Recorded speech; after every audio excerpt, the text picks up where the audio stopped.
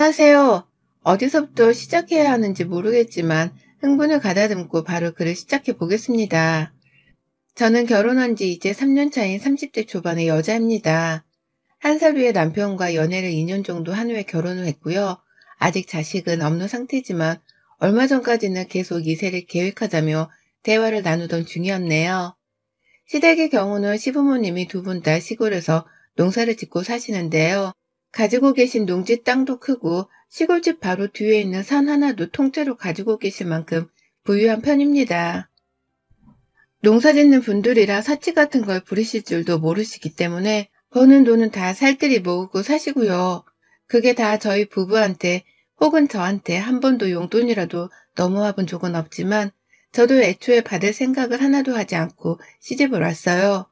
어차피 시댁의 유산이 전부 다 저희 큰아주버님이나 작은 아주버님한테로 가게 될 것이라는 걸 알고 있었기 때문입니다. 저희 시댁은 아들이 총 3명인데요. 결혼해서 시부모님의 농사일을 배우며 가업을 이어받으려고 하는 큰 아주버님네, 그리고 이혼하고서 타지에서 혼자 회사를 다니며 살고 계시는 둘째 아주버님이 계세요. 그 막내는 저희 남편이고요. 저희 부부는 서울에서 둘 다 직장을 다니면서 워낙 회사 생활을 바쁘게 하고 살던 사람들이다 보니 시댁에 가서 감히 시부모님의 농사일을 도와주겠다는 생각을 해본 적이 없었습니다. 지금 하는 일도 바빠서 주말에도 겨우 일어나 침대 밖으로 바를 때는 젊은이들인데 언제 시간을 내서는 시골까지 찾아가 농사를 짓고 있겠냐고요. 거리도 서울에서 KTX를 타야지만 겨우 짧은 시간 안에 도착을 하고, 그렇지 못하면 자가용을 타고서도 5시간은 꼭 달려야 하는 거리에 있는지라 절대로 만만하게 느껴지지 못했습니다. 그러니 더더욱 시댁을 명절 빼곤 잘 찾지를 못했어요. 그 점에 대해서는 시부모님께서도 충분히 이해를 해주셨고, 옆에서 가업을 잇겠다고 일을 나서는 큰아주버님이 계셨기 때문에 저희 부부는 더 참견이나 도움을 드리려 하지 않았습니다. 그러니 저희보다 시부모님 옆에서 일을 도와드리는 큰 아주버님네가 유산을 더 받거나 통째로 받아도 저희는 아쉬울 것도 없고 아쉬워할 자격도 없다고 생각을 하게 된 거죠. 욕심도 없었고요. 그런데 결혼을 해보니까 명절이 전부는 아니더라고요. 결혼 전에는 단순히 명절 때만 시댁을 가면 될 거라고 생각을 했는데 결혼하고 나서 보니 저희 시댁은 시골이라 그런지 자잘한 제사부터 시작해서 시부모님 생일날까지 다 따로 날을 잡아 가족 모임 같은 걸 하려 하면 모일 일이 참 많더라고요. 처음 1년 정도는 저도 영문을 모른 채 그냥 다 가족 모임 날에 맞춰 시댁을 찾아갔습니다.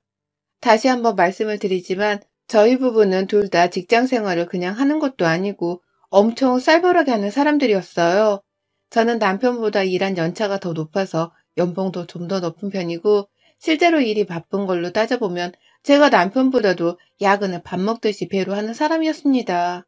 그런데도 결혼 초에는 어떻게든 와보라고 하니까 무작정 남편을 따라서 둘이 번갈아 운전을 해가며 시댁을 찾았어요. 저희 친정도 그렇게 자주 가지를 않았는데 시댁은 그놈의 며느리 도리를 챙겼으면 하는 분위기였는지라 제가 한번 해드리겠다는 심정으로 억지로 찾아갔었죠. 그렇게 가서는 위에 계시는 큰형님을 따라서 막 요리를 했는데 제가 하다 보니까 시댁 청소도 하고 있더라고요. 생신이라고 해서 내려갔더니만 자식인 아들들은 부엌 밖에서 편하게 쉬고 있고 며느리 둘은 부엌 안에 들어가서 요리를 다 끝낼 때까지 제대로 나와보지도 못한 채로 갇혀 있었어요. 그런데도 그 노동에 모자라 거실부터 시작해서 시댁 마당 청소까지 싹 다 하라고 시어머니가 걸레에 빗자루 한 짝을 내어주시더라고요. 원래 며느리를 집안의 종으로 생각을 하는 건가 싶어서 저도 많이 혼란스러웠습니다. 형님은 남편 따라 시댁에 와서는 시부모님 옆에서 일을 배우며 사는 가정주부라곤 하지만 저는 일까지 하는 마당에 힘들게 시댁에 와서는 이 집까지 해야 하나 싶더라고요. 은근히 남편한테 어떻게 좀 해주라면서 눈치를 주기도 했지만 저를 나 몰라라 하고서는 편하게 형이랑 부모님이랑 놀고 있는 남편의 모습이 정말 믿기도 했죠. 저는 이 결혼할 때 시부모님한테서 돈을 한 푼도 안 받았었거든요. 예물에 대한 당연히 양가 집안이 챙기기는 했지만 결혼 준비를 하면서 드는 돈이나 집의 경우는 시부모님의 일절 도움을 주지 않으셨습니다. 그리 경제적인 여유가 있으신 분들이심에도 불구하고 저희 친정이 더 부유하던 이유만으로 베푸질 않으셨어요. 저희가 구한 신혼집도 저희 부모님이 저한테 명의를 물려주신 아파트였고, 결혼을 하면서도 시부모님은 지방에 살고 있다는 이유만으로 서울에서 결혼을 준비하던 저희 일에 대해서 완전히 나몰라라 하셨거든요. 돈 들어갈 일의 모습을 나타내지 않으시는 건 물론이고, 도움을 주겠다고 연락 한번 하지를 않으셔서 저도 애초에 뭘 받겠다는 생각을 금방 접었습니다. 지방에서 농지랑 산 토지까지 갖고 있던 소리는 저도 결혼하기 직전에야 남편이 알려줘서 알게 된 것이었어요. 그러니 한참 전부터 결혼을 준비하던 그 과정 중에는 제가 아예 시부모님께 받을 도움 따위를 기대조차 안 하며 살았었죠. 그렇게 결혼했더니만 시어머니는 주부로 사는 형님이랑 일하다 5시간이 걸리는 시댁까지 달려온 저한테 똑같이 일을 시키시더라고요. 그러면서 가까이 사는 차만 우리 형님은 더 예뻐라 하시는 게 제 눈에 분명히 다 보였고요. 멀리서 생일이나 제사 때에만 부랴부랴 찾아오는 저를 보는 어머님은 약간의 거리를 두려고 하는 게 다 티가 날 정도였답니다. 뭘 해도 편하지 않고 뭘 해도 몸이 너무 피곤한지라 기쁘지가 않았어요. 내가 이렇게 빠듯하게 시댁의 일이나 도우며 살겠다고 결혼을 한 게 아닌데 왜 나는 팔자에도 없는 며느리 도리를 하며 살고 있나 싶어서 스트레스가 어마어마했죠. 그러다 결국 남편에게 잘 말해서는 더 이상 시댁을 가지 않겠다고 했어요. 그 며느리 도리를 1년간 잘하고 살았는데 그렇게 살아보니 내가 이러다 죽겠다면서 너무 힘들고 지치니까 제발 생신이며 제사며 자잘한 곳에 나는 가지 않으면 안 되냐고 부탁을 했죠. 당연히 명절에 우리가 휴가를 받으면 시간적 여유가 있으니까 시댁을 가긴 할 테지만 생신이나 그 외에 제사 같은 자잘한 일에까지 5시간 걸리는 운전을 해서 찾아가야 하는 게 너무 힘들다고 한참을 연락에 설명을 했어요. 나는 당신 부모님의 유산을 받을 생각도 없고 받을 계획도 없고 그래서 적당히 사람돌이만 하면서 살고 싶은 사람이라고 했습니다. 그러니 일하다 뛰어온 며느리한테 거실 바닥까지 닦게 하는 시집살이를 시키는 게 부당하다고도 말을 했죠. 우리 친정 부모님이 당신한테 우리 집 거실 바닥을 닦으라고 권리를 내어준 적이 있냐면서 저희 친정 얘기까지 끄집어내서는 남편한테 막 따져 물으니 처음엔 남편이 이해를 못하다가 결국 제 말에 수긍을 하더라고요. 당일날에도 야근을 해서 녹초가 되어 들어온 와이프한테 다가오는 제사 얘기를 하면서 시댁에 내려가자는 말을 꺼냈다가 입이 쏙 들어갔었답니다. 그리고 그때부터는 저희 둘 다 명절이 아니고서는 시댁을 찾지 않기로 했고요.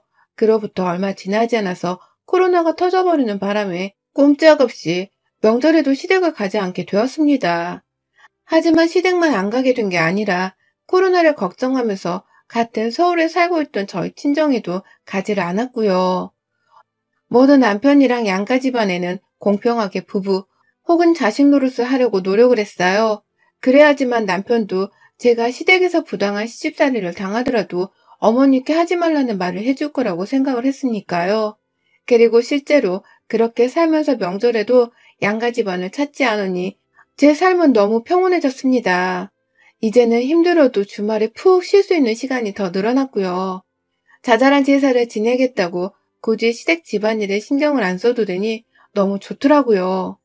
내 조상도 아닌데 그만큼 내가 고생해서 시댁을 찾을 이유는 전혀 없었으니까요. 다만 코로나 이후 시댁을 정말 완전히 찾지 못하게 되니 아랫사람으로서 안타까운 마음은 분명히 있었습니다. 얘기를 들어보니 작은 아주버님께서도 코로나를 이유로 쭉 시댁을 찾지 않고 계시는 바람에 시부모님은 큰 아주버님네만 보며 살고 계시다고 하더라고요. 그러니 자식을 놓아둔 부모 입장에서 자식이 얼마나 보고 싶으실까 싶었죠. 저는 뭐 부모님이 서울에 살고 계셨기 때문에 명절에 집을 찾지 않는다 하더라도 얼마든 부르면 달려갈 수 있기는 했으니까요. 그래서 굳이 부유한 시부모님께 안 그래도 되는데 저 혼자서 용돈을 보내드렸어요. 명절이면 명절이라고 수고하신다면서 제사 지내는데 보태 쓰시라고 돈 50만 원을 보내드렸고 그 외에 자잘한 제사 때에도 굳이 안 보내도 되는데 안 온다고 섭섭해 하실까봐 30만 원씩을 보내드렸습니다. 두 분 생신 때엔 각각 100만 원씩 두 분 계좌로 따로 돈을 보내드렸고요. 섭섭해하지 않으시도록 제 딴에는 돈을 보내드리면서 성의를 표시하고 있었어요. 시댁에 안 가는 것에 대해서 왜 며느리가 죄송해야 하고 성의까지 표시해야 하는지는 이해할 수 없었지만 시어머님이 못 간다고 할 때마다 내가 큰애랑 이 제사를 어찌 다 하니? 너네는 참 바쁘게 산다. 라고 하시며 은근히 저희 부부를 원망하는 말씀을 하시길래 그냥 저 편하자고 돈을 보내드렸어요. 그 돈이 아예 부담이 안 되는 건 아니었지만 제가 충분히 그 정도 용돈은 감수할 만큼 돈을 벌고 있기도 했고 저희 친정에서 저한테 주실 유산도 많았기 때문에 금전적인 고민을 할 필요가 없었거든요. 하지만 이렇게라도 돈도 보내드리며 그놈의 며느리 도리를 제 딴엔 유도리 있게 지켜가며 살고 있었는데 우리 큰형님은 그게 못 되셨어요. 늘 매 때마다 시부모님 생신 때마다 그리고 제사 혹은 겨울철에 김장을 담그는 시기에도 꼭 저한테 연락이 와서는 집에 오라고 하시더라고요. 인사 한 번 없이 그냥 와, 안 와? 이번에도 안 온다고? 라면서 말이죠. 한두 번이야 그럴 수 있다 하지만 매번 보란듯이 돈을 보내드리고 있음에도 저한테 오라 마라 하는 형님의 태도가 너무 빈정이 상하기 시작했어요. 제 딴엔 저도 회사 다니면서 바쁜 하루들을 보내느라 일상이 너무 정신이 없는 와중이었는데 혼자 팔자 좋게 김장하러 와 라고 말을 하는 형님이 너무 눈치가 없어 보이기도 했습니다. 직장 다니는 게 무슨 유치원 다녀오는 수준으로 생각을 하는 건가 싶기도 했어요. 그러지 않고서는 5시간 거리에 사는 걸 뻔히 아시고 제가 남편보다 야근이 잦을 정도로 일을 많이 하고 사는 것도 시댁에서 남편 얘기를 들으며 뻔히 다 아셨을 텐데도 그걸 싹 다 무시하고서는 시댁에 오라고 전화를 하는 게 이해가 가질 않았죠. 물론 저도 형님이 혼자서 며느리 도리를 해가면서 시어머니 옆에서 제사를 지내고 그도 모자라 걸레질까지 하시는 것이 안타까운 사람이었습니다. 며느리가 그렇게 살 이유가 없음에도 불구하고 시어머니 옆에서 찍소리도 못한 채 그러고 사는 게 안쓰럽기도 했어요. 하지만 그것도 어찌되었든 형님이 선택한 형님의 인생이잖아요. 주부로 살면서 농사일을 하겠다고 시부모님 옆으로 이사를 와서 사는 아주버님의 옆에 꼭 붙어서 사시는 형님이 선택한 인생이었기에 저는 단 한 번도 별다른 말을 해본 적이 없었습니다. 오히려 형님께 시댁에 못 가서 죄송하다고 굳이 사과의 말씀도 몇 번이나 드려야 했고요. 형님 입장에서는 제사 때마다 쏙 빠지는 제가 얄미울 수도 있겠다 싶어서 명절 때는 따로 형님께 저희 회사에서 직원들한테 제공되는 쿠폰도 나눠드렸고 또 근처에 있는 호텔 숙박권도 드린 적이 있습니다. 코로나 이후라서 쓸 일은 없었겠지만 그럼에도 제가 알기로는 형님이 애들 데리고 찾아가셨다고 들었었고요. 그 외에도 제가 시어머니께 명절 때 쓰라고 챙겨드린 돈 50만 원 말고 형님께 죄송하다며 드리는 상품권과 돈도 결코 적지 않았어요. 김장을 한다고 하셨을 때에도 저는 참석을 못하는 거니까 아예 시댁에서 만든 김장은 받지를 않았고 애초에 시댁에서 용돈 한 푼 받아본 적이 없이 살았습니다. 그냥 오며 가며 주고받아야 할 것을 만들지 않으려 했어요. 애초에 그렇게 독립적으로 살 생각으로 한 결혼이었고요. 그런데 이번 추석 제가 또 시댁에 안 갔더니만 추석 끝나고 한 주 뒤에 형님이 연락을 해오셨습니다. 그리고는 저 진짜 살아생전 듣도 보지도 못했던 어마어마한 쌍욕을 들으면서 형님께 욕을 바가지로 얻어먹었습니다. 대뜸 전화를 하자마자 제 목소리를 듣더니 너 지난 제사 때도 안 내려가 놓고 추석에 왜 또 안 왔어? 라면서 질문을 하시더라고요. 평일에 있었던 추석 전에 제사를 안 온 것에 대해서 문제를 삼으신 겁니다. 그래서 제가 형님, 저 회사 때문에 도저히 휴가를 낼 수가 없어서 그때 제사는 못 갔고요. 회사에서 휴가는 그리 마음대로 낼 수 있는 게 아닙니다. 그리고 이번 추석은 코로나 때문이기도 하고요. 라고 말을 했어요. 덧붙여 우리 남편도 저희 친정에는 가지 못했으니 저나 남편이나 둘 다 서로 부모님 얼굴을 못 보고 조용히 지낸 명절이라고도 말씀을 드렸습니다. 그러자 형님의 그 말이 끝나기 무섭게 저한테 이년저년 욕을 섞어서는 아주 쌀벌한 쌍욕을 퍼부으시더라고요. 누군 욕을 못해서 안 합니까? 적어도 우리 사이의 기본적인 예의를 지키며 대화를 나눠야 하는데 형님은 아주 인정사정 할 것 없이 저한테 욕을 하시더라고요. 욕을 하는 이유는 제가 단지 시댁에 내려오지 않는다는 것이었고 제가 어머님이나 형님한테 용돈에 각종 상품권까지 드리면서 제 딴에도 힘드신 거 도움이 되고 싶다며 노력을 해온 것에 대해서는 입을 꾹 다무셨습니다. 너무 쌀벌하게 듣도 보도 못한 욕을 꺼내며 아주 미치광이 발광을 하는 바람에 저는 그냥 그 대화를 다 듣고만 있었어요. 대꾸를 할 타이밍조차 없었거든요. 그렇게 다 듣다가 형님의 숨 한 번 고르고 또 욕을 하려 할 때 누군 욕을 못해서 듣고만 있는 줄 알아요? 최소한의 예의는 갖추고 말씀하세요. 내가 형님이랑 똑같이 며느리로서 해야 하는 노예짓을 안 하는 게 배알이 꼴리고 셈이 나서 이렇게 욕을 하시나 본데 화나는 건 이해를 하지만 이 방법은 전혀 아닙니다. 내가 그쪽한테 쌍욕을 들어가면서까지 욕을 먹어야 할 잘못을 하지 않았어요. 그러니 사과하세요. 사과 안 할 거면 지금 형님이 저한테 욕하신 거 다 녹음되어 있고 저 이거 법적으로 해결할 겁니다. 라고 말을 했습니다. 저 이래봬도 직장에서 거래처랑 직접 말을 해야 하는 사람이고 그간 수만 번도 더 사람들이랑 통화하고 얘기를 하면서 회사에서 그 자리에서 승진하고 살아남은 사람이거든요. 하도 별의별 일들을 다 겪으며 회사 생활을 했기 때문에 제 핸드폰에는 자동 통화 녹음이 되는 어플까지 깔려있는 사람입니다. 그런데 형님이 다짜고짜 욕설을 하면서 저를 아주 배운 것도 없고 막대 먹은 며느리란 듯이 깔아뭉개는 바람에 제가 이 전화 내용이 녹음이 된 어플 속에 파일을 쓰겠다고 마음을 먹을 수밖에 없었어요. 분하고 열받고 너무 황당해서 말도 안 나오는데 욕설에 충격을 받아 심장이 막 쿵쾅거리더라고요. 형님은 제가 법적으로 해결하겠다고 하니 그 말에 더 열을 내면서 더 심한 쌍욕을 뱉어내가면서 급기야 저에게 호루자식이라고까지 하셨어요. 친정에서 그렇게밖에 못 배워먹은 거냐며 친정이 돈만 많으면 다인 거냐면서 저를 향해 제 부모님까지 욕보이는데 그걸 듣고서는 더 들어줄 필요가 없겠다 싶어서 법정에서 배워요. 라는 말과 함께 전화를 뚝 끊어버렸습니다.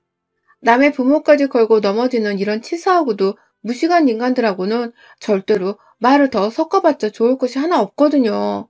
이런 것들은 제대로 법원에 소송을 걸어서 본때를 보여주고 말 한마디의 무서움이 얼마나 큰지를 알려주는 것이 100번, 1000번 옳은 복수이니까요. 바로 형님이랑 전화를 끊고서 자동 녹음 어플에 들어가는데 형님은 그 와중에도 친절하게 문자로까지 욕설을 남기고서는 저한테 문자 폭탄을 날려왔어요. 그따위로 살다간 뒤지는 수가 있다는 협박성의 문자까지 친절하게 직접 타이핑을 해서 보내셨더라고요. 그러니 저는 그 문자들을 또 하나하나 다 캡처를 했고요. 통화 내용이 저장된 파일도 바로 핸드폰에 저장하고서는 그냥 아주버님과 남편 그리고 시어머니, 시아버지께로 보내드렸습니다. 시부모님은 네이버 스마트팜에서 장사를 하시는 분들이라서 최신식 핸드폰이나 컴퓨터까지 다 가지고 계시는 분들이세요. 카톡 같은 걸 주고받는데 아무런 문제가 없는 분들이셨고 저는 그래서 형님이 저한테 날린 욕문자와 욕설이 담긴 통화 내용까지 전부 다 보냈어요. 그리고는 이런 모습 보여서 죄송합니다. 제가 명절 그리고 제사 때 회사에 휴가를 내지도 않은 채 시댁에 오지 않는다는 이유로 이 어마어마한 욕설을 형님께 들었습니다. 제 부모님까지 욕을 보이셔서 저는 지금 정신적인 충격이 너무 심하며 정신과에 찾아가 봐야 할 것 같고요. 이 녹음 파일과 문자들은 제가 바로 변호사를 선임해서는 고소를 할 생각입니다. 가족들 사이에서 분란을 일으키게 되어 정말 죄송합니다. 저는 앞으로 형님을 뵙기가 무서워서 절대 시댁은 찾아가지 않을 생각입니다.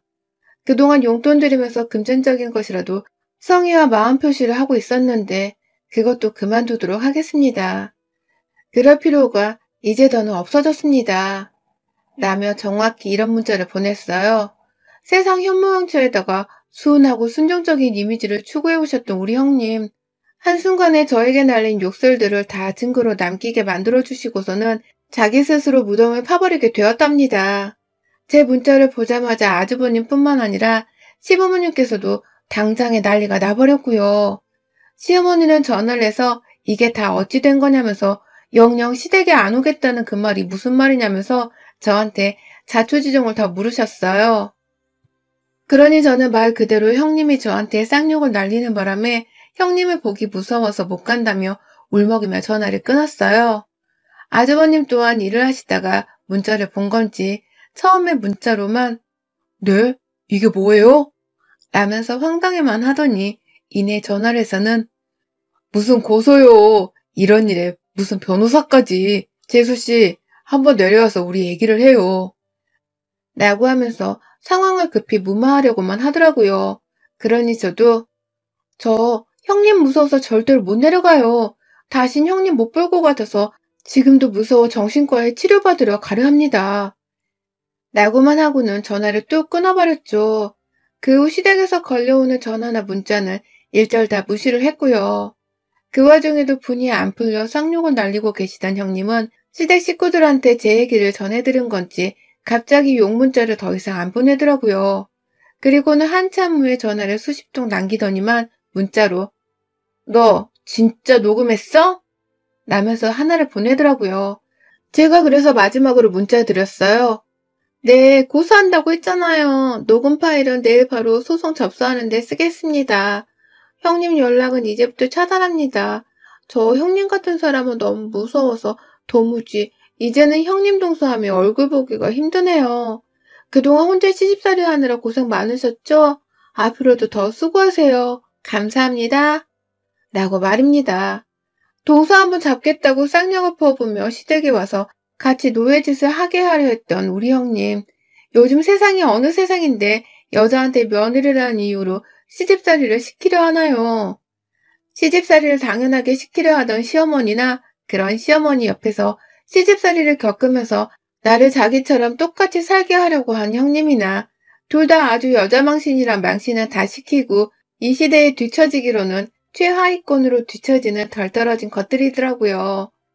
그런 사람들이랑 겨우 코로나 덕분에 얼굴 보지 않으면서 버티고 살고 있었고 돈까지 쥐어들이면서 그럼에도 불구하고 안 챙겨도 될 도리는 챙기려고 하며 노력했는데 결국 이렇게 형님이 먼저 독이 든 칼을 빼들고는 제게 휘둘러 주신 덕분에 저는 완전히 시댁과는 최소한의 도리 따위도 하지 않으면서 살 수 있게 되었습니다.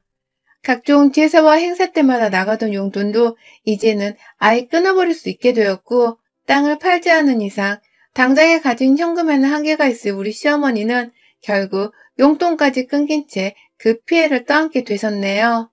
이제 영영 동서한테서 형님 대접도 못 받은 채 혼자서 시집살이를 따안고 살아야 하는 형님의 팔자도 마찬가지고요. 남편은 집에 들어와 뭘 녹음까지 했냐며 지금 집에서 아주 난리가 나서 죽겠다며 막 하소연을 했습니다. 솔직히 남편이 완전히 내 편을 들어주지 않을 거라 생각은 했지만 그 말이 참 속상하더라고요. 그래서 남편한테 형님이 저한테 시전하던 욕을 다시 한번 들려주며 넌 이걸 듣고도 이딴 소리를 듣고도 내가 니네 가족들한테 며느리 짓을 해주길 바라니? 네가 그러고도 내 남편이야? 시댁이랑 쫑을 내는 게 아니라 너랑 나랑 영영 쫑을 내줄까? 그냥 이혼해. 라고 하면서 얼마나 달려들었는지 몰라요. 와이프를 섭섭하게 하는 것도 분수가 있지. 어째 이런 욕설을 내뱉는 형님을 두둔하려 하는 듯한 말을 하냐면서 남편의 귀에 제 핸드폰을 갖다 들이밀고서는 몇 번이고 더 녹음 파일을 들려주니 남편은 질색팔색을 하면서 나 진짜 더는 그 목소리 듣기 싫어. 빨리 꺼버려. 라고 하면서 결국 자기 귀를 막더라고요. 그리고 전 다음날 바로 제가 말한 것을 뿌리뽑기 위해서 변호사를 찾았습니다. 아직 저희 부모님께는 상처를 드릴까 싶어서 말을 하진 않았어요. 괜히 말씀드렸다가 제 일로 신경을 쓰시면 안 되니까요. 그래서 일단은 저 혼자 해결을 해보겠다면서 변호사를 찾은 것이고 현재는 소송을 걸어 막 시작을 하는 단계랍니다. 남편을 통해서 아주 간간히 시댁 소식을 전해 듣고 있는데 지금 저한테 소장을 받은 형님은 매일같이 울고 죽상이 되어 아주 난리라고 하네요. 욕설을 퍼붓는 형님의 본 모습에 시부모님도 충격을 받으셨고 당장의 다음 제사가 코앞인데 저는 저대로 용돈을 안 보낸다고 하고 형님은 소송권 때문에 집안일에 집중도 못한다면서 시어머니 화가 난리라고 말입니다. 그 말을 들으니 그 시골 바닥에서 지들끼리 고리타분한 제사며 며느리 시집살이를 챙기면서 얼마나 숨막히게 살고 있을지 상상이 되더라고요.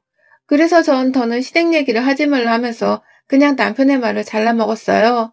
그리고는 진짜로 내가 최후의 남편이랑 이혼을 하는 한이 있더라도 시댁이랑은 그리고 형님이랑은 다시는 얽히지 말아야겠다는 작은 포부를 가졌답니다.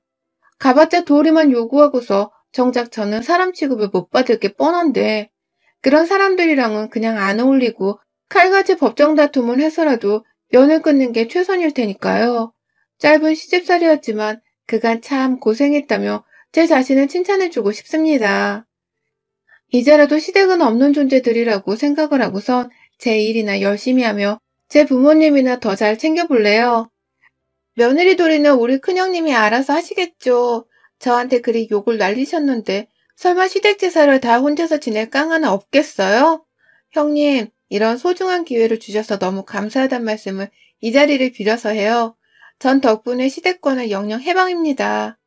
여러분의 생각은 댓글로 남겨주세요. 오늘도 시청해주셔서 정말 감사합니다.